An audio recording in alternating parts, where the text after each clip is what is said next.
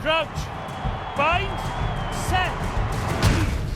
Joe presents The House of Rugby, Season 3. Hello everyone, thanks very much for joining us. Thanks very much to Sean O'Brien for joining us. A couple of weeks ago he had some sort of Wi-Fi excuse, and then last week he was apparently playing for London Irish. I mean, that is a better excuse. But I would say that Alex Good never came up with an excuse when he was in Japan. He got up at 4 a.m. He was there for House of Rugby. Sean, must try harder. I've no comment on this. Like, it's the people have gotten what they want this week. I'm back. I'm back. Alex has filled in kind of the last few weeks for me, but we're back now tonight, and the show will be this is going to be a very good show again. Is that what you're promising? Is it? You're promising? I'm promising it. Yes, yeah. I'm bringing some heat to you tonight, Alex. Nice. It looks like you got rid of your sunburn at least, so this time you're a bit ready for it. Just about. I think I got badly burnt here in the top right hand corner. But to be fair, last week you had an excuse. You actually were playing for the first time in a long time. So yes. How was that, mate? It was very good.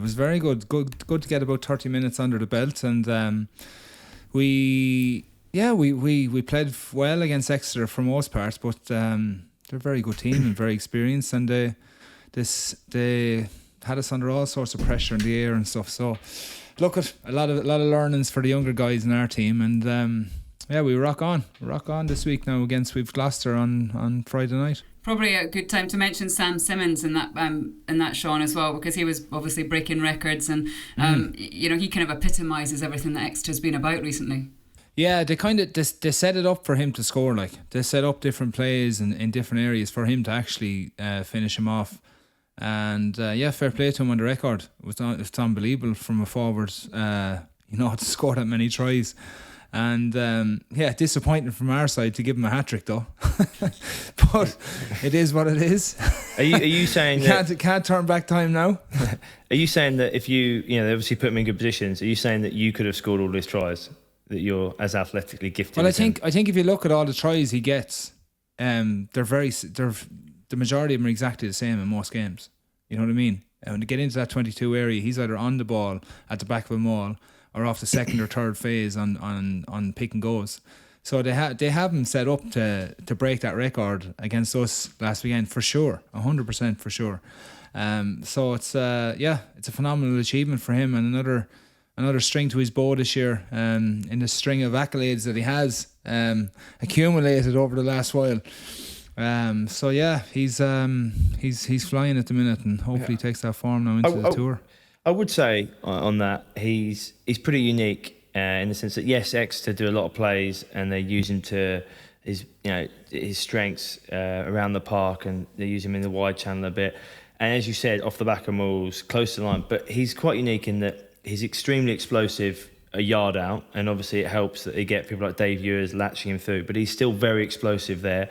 But then there are times when they put him in the back line from a 5-man line out or in the wider channel, and he shows his speed in the wider channel, his speed, top end speed, his footwork out there as well. So to sort of score both sets of tries, more close to the line, but it is impressive. And regardless of a team put you in good positions, to score 50 tries in, I don't know how many games was it, 65 games or something stupid, is unbelievably impressive.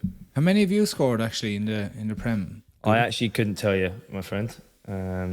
Not many. No, I'm more of I like to see myself as more of an assist man. People like Chris Ashton and David Strettle get a lot of tries. I just like to give them the final pass. Take more joy in it. Talking of tries, not a bad win for Saracens at the weekend. 73-0 over Coventry. Poor Coventry. Yeah, people said poor Coventry. They tried to come at us with a bit of rough stuff early doors, so I don't think the boys were too disappointed to nil them. But what was great for them is the first time they've had a crowd there. So I think there was nearly 2,000 people there, very vocal, giving a lot of stick to the lads. It's a bit too far at times when you can hear every single sort of bit of abuse coming at boys. But great to play, with crowds again, and a great win for us just to get the win and just to march on to the next game. Yeah, Sean and I were pitchside on Saturday at Twickenham. Sean was making his big Channel 4 debut, looking smart, decent threads. And yeah, fans there, I think they were mostly Irish. A lot from Tullow, worryingly, but there was a lot of Irish people at Twickenham. There was a lot Saturday. of Irish people there, yeah. I found that 20 hilarious minutes in, the fields of Athenry were getting sung down the stadium. And a top 14 match. I had no idea what was going on. Yeah, there was Leinster jerseys, Munster jerseys. I even seen Bath jerseys for some reason. Yeah, I always find that quite strange. You know, you go to like a Premiership game or something. It's like, I don't know, London Irish versus Saracens, and just this Leicester top there or a Bath top, and you're like, why are you here? Or is this the only top you've got? Have you ever bought in the 40 years of watching rugby? It does seem I think odd. that's the great thing about rugby. You would never get that in football. I think that's actually a really good thing. They're the die-hard fans who expect their team to be in the final at the start of the year. They might even be in the Champions Cup. They're people like Jamie anyway. Heaslip turning up, waiting for Leinster in the final.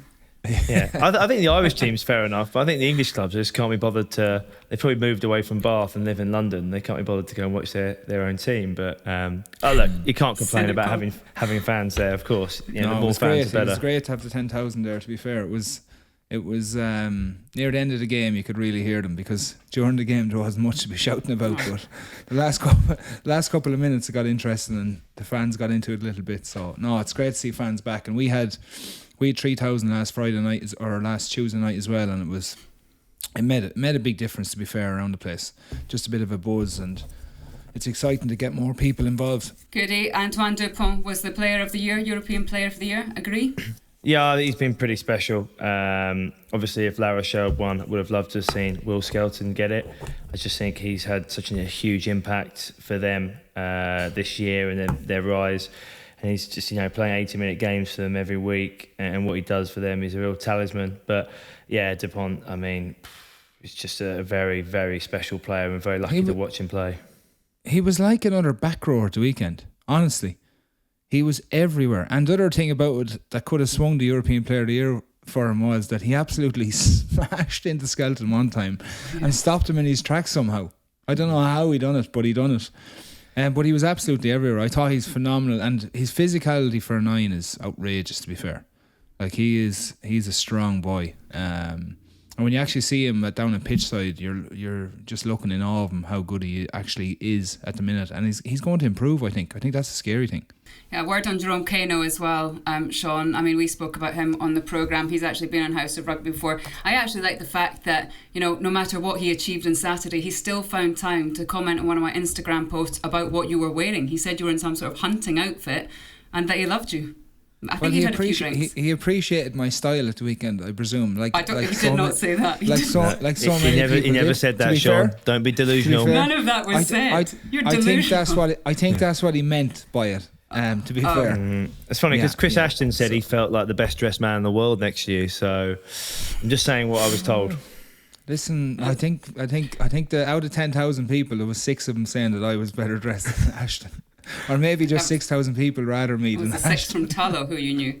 Yeah, and he's not the most light bloke in the world, Chris Ashton. So I think that's an easy win for you.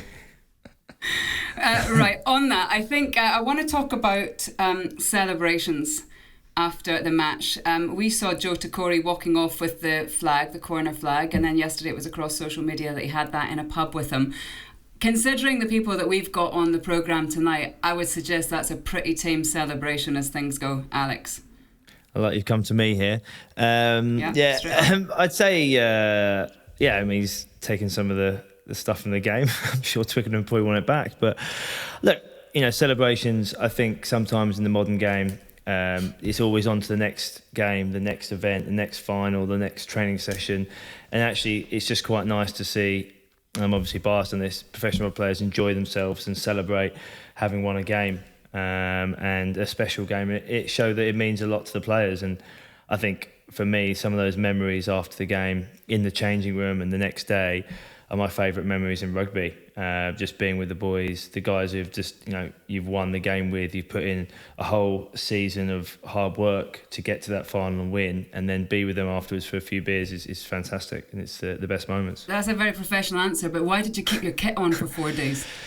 Yeah, I mean, a lot has been made of this, clearly. He was looking for attention. Well, that's all. He was looking for attention after Seánie, the game. you said this before. Sean, we're coming to you in a minute. He wanted a few don't you worry. taps in the back in the pub with the full kit. Yeah, on. I mean, Sean. Well done, Alex. Sean, I've heard from many a source that you don't like keeping your clothes on a celebration. So hopefully we'll hear from some old teammates later on about what you really like after a few drinks. Do you know what? I think this is the perfect time because Sean is definitely not going to tell us his stories of events, even though we possibly know some of the stories. But delighted that Robbie Henshaw is here just to clear up all this mess and eventually talk about good things like Lions. Robbie, thanks for joining us. Thanks for having me, guys. Hey, Robbie. So, Sean's celebration after Champions Cup wins. Let's just get straight into that. What can you tell us? Because he's certainly not going to tell us. Well, where do I start? I think one of the best memories we have of Sean is it was actually a week. Well, it wasn't a weekly. It was probably once a month. We'd all get together in Johnny Sexton's house after a big win, say in the Champions Cup or something. Sean loves the song "Shallow" by Lady Gaga and Bradley Cooper. So he'd get up on Johnny's island, Marble Island, in the middle of the kitchen, and he'd rip off his top and he'd take it away. He'd take "Shallow" away to the whole squad and their partners. And fairness, very good at performing it, but everyone just didn't get why he had to do it topless. Would you say you were more Lady Gaga or more Bradley Cooper, Sean? I probably have the subtlety of Bradley Cooper and the wildness of Lady Gaga, maybe. It actually did become a bit of a thing there for a while, but it all came to a halt. I was standing on the island one night and we were giving it a right kick. The whole squad were there, and in fairness to Johnny's wife Laura, she was brilliant in the house, like, because anything used to go, like, and it used to get a little bit messy, but I pulled the two spots out of the roof, the two spotlights out of the roof by pure accident. I don't know how I done it. I think that was the last night I was in it. I don't think I was invited back after that, so it was at the end of the season. Is that why you had to move to London Irish? Yeah, and make sure. The other thing was the marble countertop took a fair pounding with me jumping around on it, so it was one of those things. One of the lads, I think, tipped a bit of beer on when they saw you coming up and you were being called on, so it was pretty slippy at the time to get you down, you know. That's what it's all about, I think, you know, sometimes you get out into pubs and stuff and it's just different with other people there. At least when you're all together in the one place, it's you know, it's comfortable and you can let rip as a group, and I think they're some of the best days. And what Toulouse and even Montpellier are like doing at the minute, they'll have a great few days on the beer together, and you know, it'll just bring everyone so much closer and stories then to tell in years to come. I should say as well, Lee, on my one, it wasn't like on our other Champions Cup wins, I had been in my full kit as well. It just seemed to go a little bit bigger and more, draw more attention to ourselves that year. And I think the bum bag was the killer, really. Everyone got a bit excited by me wearing a bum bag, which was really just in covering up the fact that my rubber ring was inflating after every beer I was having, to be honest. But you know, it was. That's not a euphemism. No, it's not. No. Just check.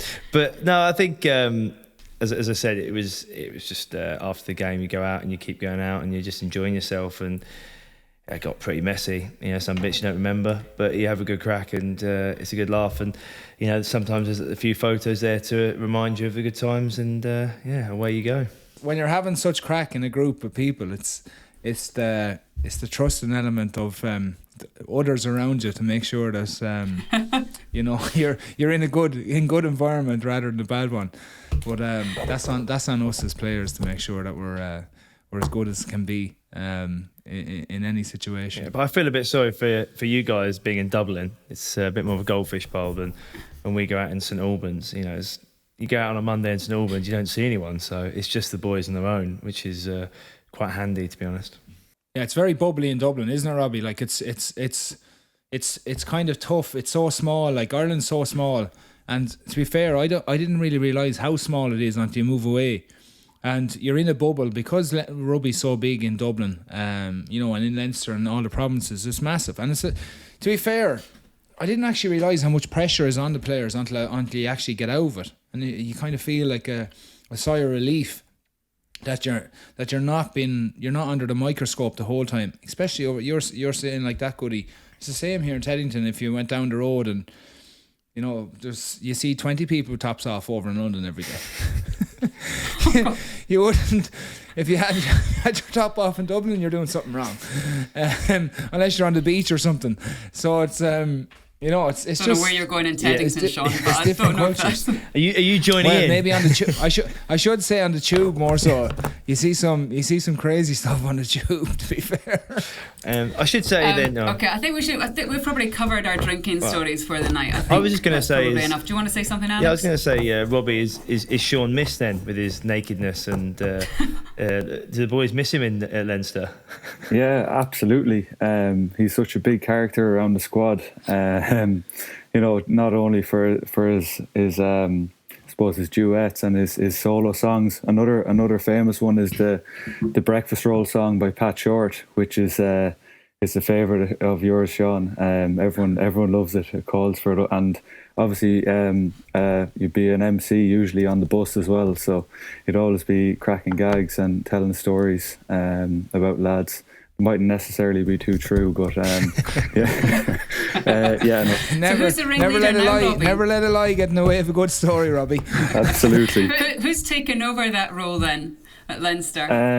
Good question. I think Tyke Furlong's probably the next man in line. But yeah, he's a big shoes to fill. He's only a novice. Yeah, he's only a novice. Yeah. But yeah, no, we certainly do miss Sean around. Obviously on and off the pitch. Obviously we've got Lady Gaga on the programme tonight, but from your point of view, Robbie, you're pretty musical yourself, aren't you? Yeah, that's right. Yeah, I play the button accordion and the guitar.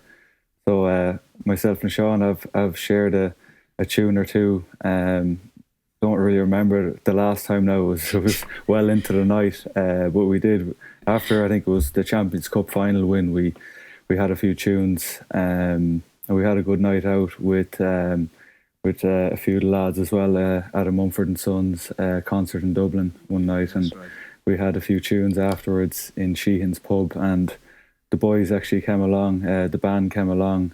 Sharon Shannon joined us, absolute heroes of mine. Sharon would be a hero of mine when I was growing up as an accordion player, so it was great to be able to share a few tunes with them. And you're a proper musician. I'm not saying that Sean isn't, but you are a proper musician. Hold on a minute, Lee. Hold on a minute here. Yeah, I kind of started playing music when I was about 8 years of age. A mad kind of technique called a aural technique, where my grandfather taught me by whistling a tune into my ear, and I literally just try to play back what I heard.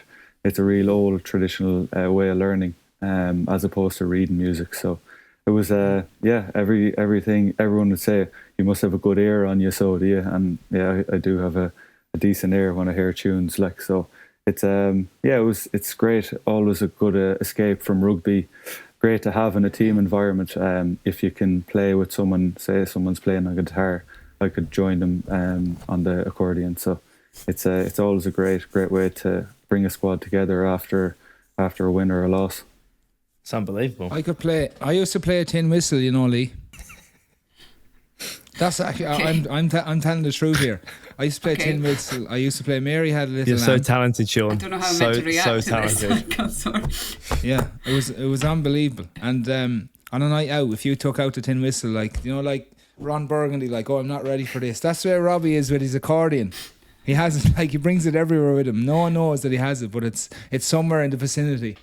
And lads will be shouting, "Play us a tune, Robbie." Oh, I'm not prepared for this. 2 minutes later, he'd have the accordion out and he'd be banging out with tunes. So yeah. So I leave the tin whistle. I leave the tin whistle at home now. I don't want to take all the attention off him when he gets. I was just about to say that obviously in Japan karaoke is massive, and I was saying Robbie's far too talented for that. Far too talented. But Sean, you would have gone down like a house on fire, just getting up there, belting out songs, whether it's good or bad, just showing commitment, enthusiasm. So maybe you'd be built for Japan, pal. Robbie, far too talented, mate. Far too talented. On a serious note, I actually thought about this a few years ago. I was like, what would you do after rugby? That'd be good fun. And I said, I could set up my own karaoke gig, like, and drive around Ireland. I actually mentioned this to you before, Robbie. And Rhys Ruddock was going to join me because he quite likes to sing a song too. So I was like, what if you set this up and you went all around Ireland and the UK just doing karaoke? Wouldn't you have some crack on nights out? But are you singing Just it? the two of you doing karaoke? Yeah, just me, like. Because I think that's called like a gig, isn't it? It's like, that would be like a gig, not just a... You could turn it into a one-man band, like.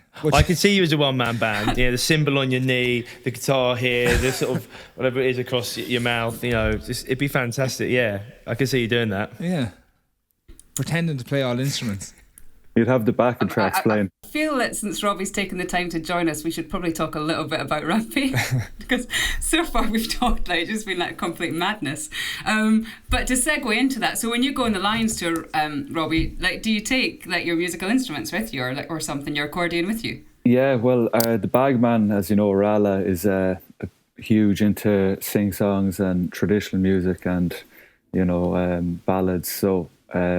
He'll request that I hand the accordion over to him prior to our departure. He'll take it all the way down, and he'd always have us into the room for a few tunes during the week. So I'd say I'll pack it. Yeah, that's great. So let's talk about Lions. When it was announced, where were you when you learned that your name had been read out, that you were part of the squad again? I was in the Radisson Hotel in Dublin. We were just back from France after playing La Rochelle, so I was a nervous wreck in my room. We had to do a stint of quarantine, 5-day quarantine after flying back. So I was in my room, I was trying to stream it and I couldn't get the link, so I was kind of just waiting to see what the story was. My girlfriend Sophie rang me when serious joy, and I was I was blown away. I was just delighted with it, and that evening we got out of the quarantine, so I got home and got to have a glass of wine with her and celebrate. So it was really nice, but it was a different experience to the last time where I was kind of in the squad in Leinster. It was been named out, and it was first time, so I didn't really know the process, whereas this time I was kind of pacing up and down the hotel room, kind of not knowing what was going to happen. So you really had concerns that you were on the edge of getting in, because I think that anyone who's seen you recently would say that you're performing out of your skin, and yet you've still got the nerves that that the decision might not go your way. Yeah, I think so. I think just for some reason, like I just thought, anything can happen. You don't know what the selection will be, what the coaches think. So I was genuinely nervous, and didn't know what was going to happen. So yeah. And in 2017, obviously you toured, but unfortunately it sort of finished a bit earlier for you. But what were your sort of memories of that, and what you're excited about coming into the new tour as well? Yeah, I remember just the tour, the squad being, I suppose, so kind of together, a real tight-knit squad. It's pretty unique, the Lions, like in terms of you get together and, instantly you have to be yourself. You have to, I suppose, make the effort to get to know everyone, and you buy into it. It's completely different to what we're used to in our own environments. Coming up to speed with how the players operate, how the coaches operate. You really have to, it's a fast track kind of process where you have to work hard and get your detail right, get everything right. But I think the crack off the pitch was unbelievable, that the squad got on so well. And that was kind of one thing I took from it as well, being such serious games, huge games. I think the crack that everyone had during the week and after the games was unbelievable. In terms of how you found out, you were in your own room, so it might not have been so bad, because there was a couple of Leinster players who were left out that you would have expected probably to get in. And I imagine that from your position as well, there's mixed emotions that, Gary Ringrose misses out, but Bundy Aki, who you know pretty well, he gets in. Is that tricky for you? Yeah, well, instantly when I heard I was in, I was kind of straight away, I was looking, and your thoughts and your focus shifts to the guys who've missed out, and that was my thoughts straight away. Was big names like Gary, who's played unbelievable, and even the likes of Johnny Sexton and James Ryan, who've all put in unbelievable shifts over the last 4 years. And then obviously seeing Bundy in, it was great to see Bundy in, who's played unbelievable stuff over the last 4 or 5 years.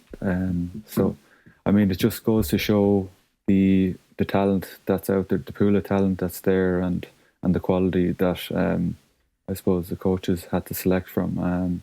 But anything can happen in rugby, and hopeful that the guys might get called over the summer if there are injuries or if anything happens. So we'd probably that's one positive, that the last tour we were on, the amount of players that flew in to join us and to play. So the boys just need to be ready, and I'm sure they know that. And in terms of players who you don't know who are heading out to South Africa along with you, is there anyone that you're sort of looking forward to sort of finding out who they are? Because a lot of people will have preconceived ideas. You play against these guys, whether it be in Pro 14 or Champions Cup or internationally. But is there anyone you're thinking, okay, he might be quite good fun, I'll look forward to meeting him or learning more about them? Good question. I suppose tomorrow we get together for an admin day over in London.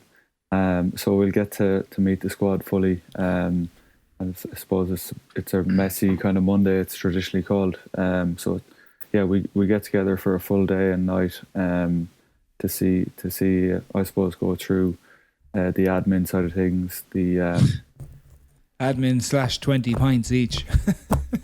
Hopefully, says you. Hopefully. Yeah, so we might actually get to enjoy a meal in a restaurant because everything's been closed here. Hey, let me know where these are going to be. I was about to say, Seánie's going to have the old Find My Friend app, just following you around, just waiting. Oh, lads, you're in my local. I'll give Gats a ring. What did they call it? The last one, it was like the location 6. Are you going to be like the location 1 tomorrow when you turn up just because you're in the area, Sean?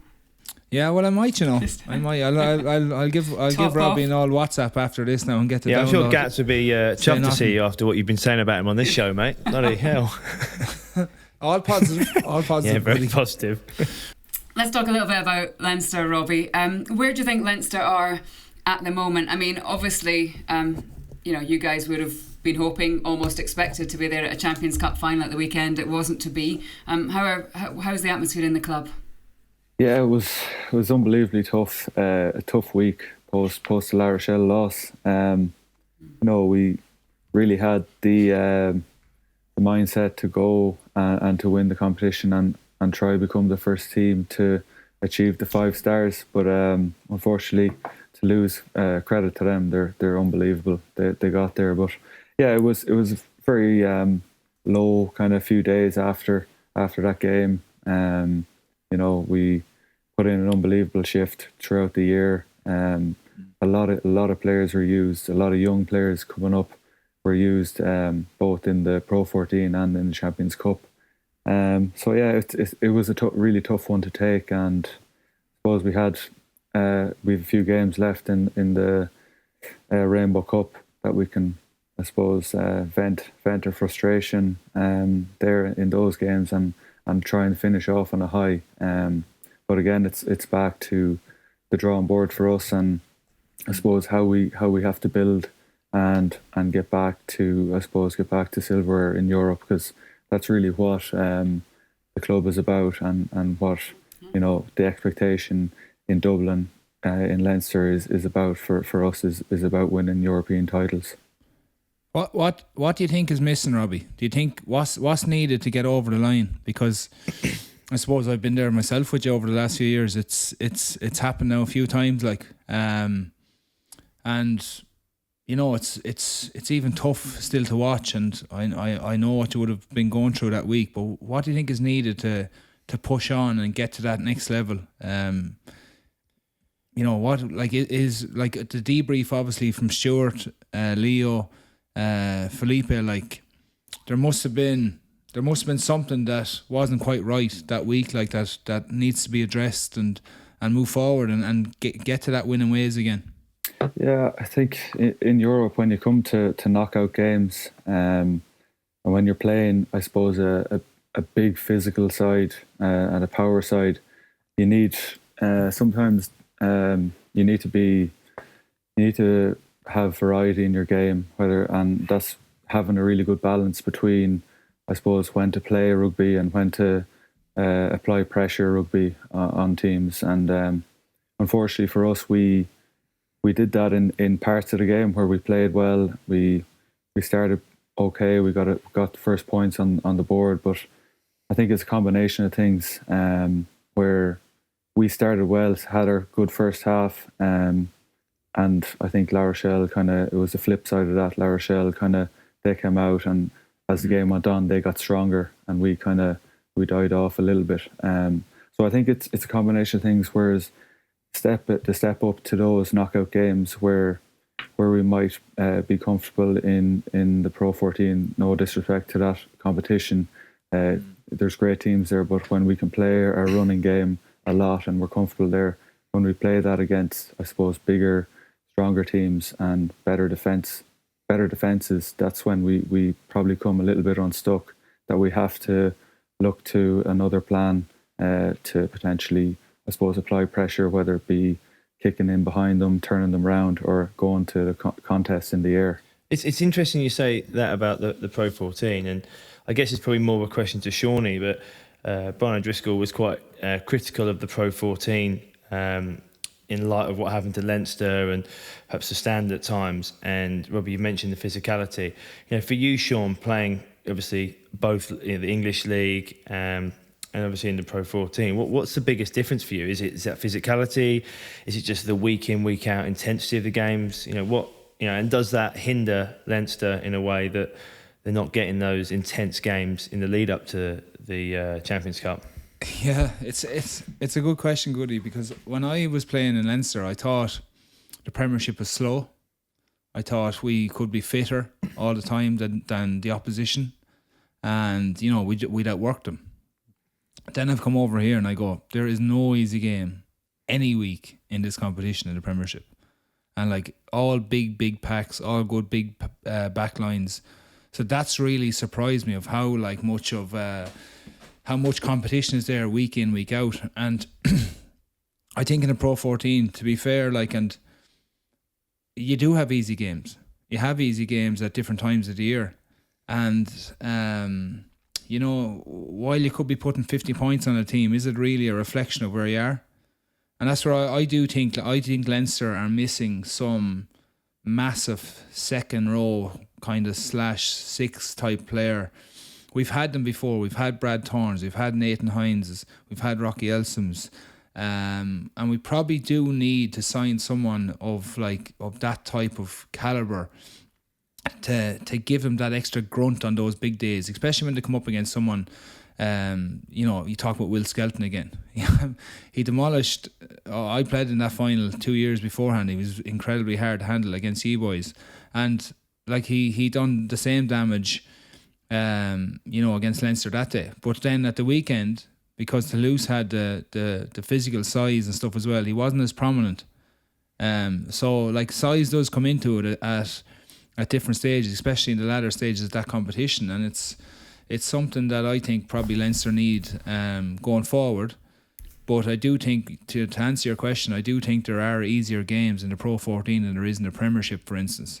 I think every week in the Premiership, anyone could beat anyone, but it's always going to be a tough contest and a physical battle. So there's definitely a case for that. So, but to play devil's advocate here, Leinster do turn up and beat Exeter, and they do turn up and hammer Northampton, not just this season but last season, when Northampton at that time were at the top of the Premiership. And, they hammered them, at both home and away. So, I don't know how you feel about it, Robbie, in terms of, yes, okay, you almost expect Leinster to win the Pro 14 every single year. But do you think the criticism that the league gets is fair? I think there's two sides to it. I think size is a big thing. And looking at the Premiership, you can see the teams are a lot more physical. There's bigger packs. obviously I don't play in the forwards now, so I don't know what it's like to scrummage or to maul against Will Skelton and the likes. But I think it's a huge thing for us. Sean mentioned about the past players like Rocky Elsom, Brad Thorne. I think we've had that in Scott Vardy, and he was crucial to us in 2018 when we did win. And I suppose he's exiting this year, so I'm not sure what we'll do in terms of looking to replace him or whatnot. But he's been incredible for the likes of James Ryan, for the younger guys coming up. He's been a great voice, great leader within the team. I think as well with that, I think Leinster are an incredible organisation. The development of talent year on year out. We're talking about small margins. We're talking semi-finals, finals, winning the Champions Cup. The consistency is amazing, and we're not. Certainly, I've not played in the Pro 14, so I'm not digging out the competition. It's just, I guess the pressure for you guys to win it every year, or the media come on, on your backs, and it's obviously sometimes also hard to deliver every year. Robbie, before we let you go, because I've taken up quite a lot of your time, I just want to talk about Ireland, reflection on the Six Nations, where the national side is at, and how Andy Farrell has now sort of established himself in that role as well. So after the Six Nations, what was the sort of feeling between all you guys? Sure, it was a success. We beat England, thankfully. Even I could say that. Jesus, that gave me great satisfaction at the time. What, didn't mean you got naked in a pub in Teddington, did it? Shock horror. And started singing "Shallow." You beside me in your Thank God Japanese the pubs kit. were shut. Thank goodness. Anyway, let's get back to Robbie. If we could just talk about Ireland. Yeah, it was obviously the start of the campaign was mixed from us. Two tough fixtures at the start, and we felt it was there for us. But great way to finish in terms of away to Scotland, away to Italy, away to Scotland, and home to England to beat them was great. And I suppose from the squad collective point of view, I think we went out and we just said, listen, let's leave it all out there for the last game. Nothing really to play for, just I suppose pride in the jersey and making sure we finish off on a high. And from England's point of view, I know the last few games we've played them, they've beaten us and they've outmuscled us physically a lot. So I think for us to get one back was great, and it showed there was some nice play, that we were working on over the campaign that kind of came together in that performance. So yeah, overall it was positive end to it. We haven't got the full breakdown of the campaign since, so I suppose coming into the summer the lads will get that. What's the biggest difference, Robbie, do you reckon, from the Joe era to the Andy Farrell one within the environment? Sounds like a loaded question, that, Sean. But it's surely it's obviously they're polar opposites probably. So I reckon it's from me going into camp before, you're always going in, you're a bit worried about your role and the expectations on you. Probably now it's a lot more relaxed. Obviously there's an expectation on you to know your stuff, but there's not probably that fear there anymore. And I think looking at you develop over the Six Nations, you really did express yourselves on that last day and started to play what you've probably trying to be evolved over the few games. And that's the exciting part going forward, because that was the first time we've seen that in that England game, those tip-ons and out the backs and getting into a bit more shape and unstructured stuff. So I can imagine everyone's in behind closed doors, everyone's in a happy place, I presume. Yeah, the squad is brilliant. I think in terms of everyone, how tight the squad is, I suppose off the pitch as well, back in the hotel, it's nothing, no meetings or anything like that is in the hotel. Everything is in the high performance centre. So you literally go back to the hotel, you chill out, you go to sleep there. You don't have to worry about rugby as such or your detail. Whereas before, everything was in the hotel, where it was always on when we were there. But yeah, to answer your question, I think it's more of kind of a play what you see kind of mentality, a focus for the players to be able to own it. You know, like you said, if there is that tip on passes or the out the back balls that we're playing it, we're seeing it, and it's not as structured in the other sense. Robbie, I know you've got your admin day tomorrow, so switch your phone off, don't let Sean contact you, and hopefully we'll speak to you soon. Thanks so much for taking the time tonight, I really appreciate it. No problem, thanks Cheers, very much, Robbie. guys. Cheers, Robbie. Cheers, Robbie. Great to hear from your old teammate there, Sean. It was just nice to hear some stories about you, really, but there's probably plenty of them, isn't there? There probably is a few more going around, but anyway, all good fun. Yeah, all good fun. We can put it on social That's all media. I'm Has saying. anyone got All any good stories fun. on Sean? See what happens. I think we might leave that off, Do you know Goodie. what? The thing that stands out in amongst all that, poor Johnny and Laura Sexton, what were they thinking? And it's a beautiful house too. The mayor of Rackar, we call him.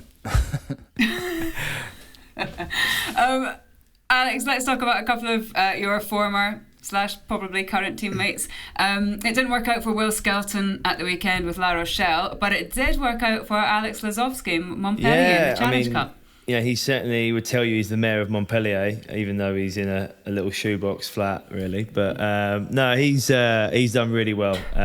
Really happy for him, because it was probably a bit of a struggle, to say the least, in December, early Jan, when they were near the bottom of the league. They obviously got rid of their coach at the time, and it was probably pretty tough. But the way he's come back and played unbelievably well for them and led them around the field at fly half, and then for them to win at the end, I think he said himself, just you know, wouldn't have believed it if you'd said that in January, that they were going to win a trophy. So, you know, it just shows that French rugby is on the up a bit. Two French teams in the Champions Cup final, Montpellier getting together. They're in the Champions Cup next year. Just, you know, everything seems to be going well for France at the moment. And you know, it's a shame that Alex Lazowski was going to be on the pod actually today, but he's having some beers still. So good to see, because he is not a man for day two. He is really not. He struggles on day two, but he seems to be he's gone past day two now, and he's just jumped to 3 and 4. So yeah, so like day 4 he or had a bit 5 of or time something? at the training centre today, and then they're having a few beers, I think. So yeah, good to see, good to hear. Sean, you have got Gloucester, did you say, this week? Friday night? Yeah, is it? we've Gloucester Friday night, so big game for us up there as well. So fans are back, so it should be a great atmosphere. Hostile, I imagine, in Gloucester. But it will be now. yeah, it will be now. I know, I think it will be anyway. I think anyone that goes to Gloucester always gets a bit of an earful, so we'll be expecting no less. But still, exciting for us now to try and finish the season on a really good note. We've a couple of games left, so starts on Friday night. So yeah, just preparing well this week, and hopefully we get the job done. Are you going to get on better with the ref this week, Sean? You didn't have a great rapport with him last week. Actually, speaking of refs, we never actually touched on the whole refereeing situation on the weekend in the Champions Cup final, Get it off your chest. which was Okay. a little bit outrageous. Yeah, because Yeah, it's great. yeah, well, I thought he'd done a really good job on the game in general, but there was a Luke lot Pearce of we're stuff talking about. until the last 3 minutes. It was like he'd lost the whistle. Because I definitely thought there was a few penalties in that last 2 or 3 minutes against Toulouse, which would have made it very interesting. But I've actually good relationships with referees, Goodie, believe it or not. But I just wanted the game to be sped up a little bit when I come on the last day. I thought Exeter were very cute in the way they were slowing everything down. But anyway, he wasn't having any of it. So he's the boss at the end Do you of know the what day. I hope now? I hope it's it doesn't want to sound like Cluedo, but I hope we've got Luke Pearce in Gloucester on Friday night, because you've just said about the Gloucester fans, you've just said about Luke Pearce. This would And you be can give him your box tin whistle. office. I mean, how good will that be? Hey, listen, we're not all wrong. I'm just saying it was. I thought he'd done a good job on it, but the last few minutes was a little bit of a free for all. Yeah, and Ronan O'Gara actually said that as well, didn't he? He said that he thought there was a couple of penalties left out there in the last few minutes. Yeah, look, we're all great when we're looking at it on the sideline, I suppose. He's the man in charge, and they have the final say at the end of the day. So, whatever pictures he's seen was the right decision. And I think on top of that, the sort of communication between Wayne Barnes and Luke Pearce was very good, particularly Wayne Barnes. He was, very rare do you get a linesman who's constantly communicating that much, but he was really very helpful throughout, and it was like having two referees, a lot of it, which must have been unbelievably helpful. Gents, thank you very much for your time this evening. No doubt we'll talk about your matches next week, and thank you very much to you all for watching and for listening. Bye bye. You've been watching the House of Rugby Season 3 on Joe.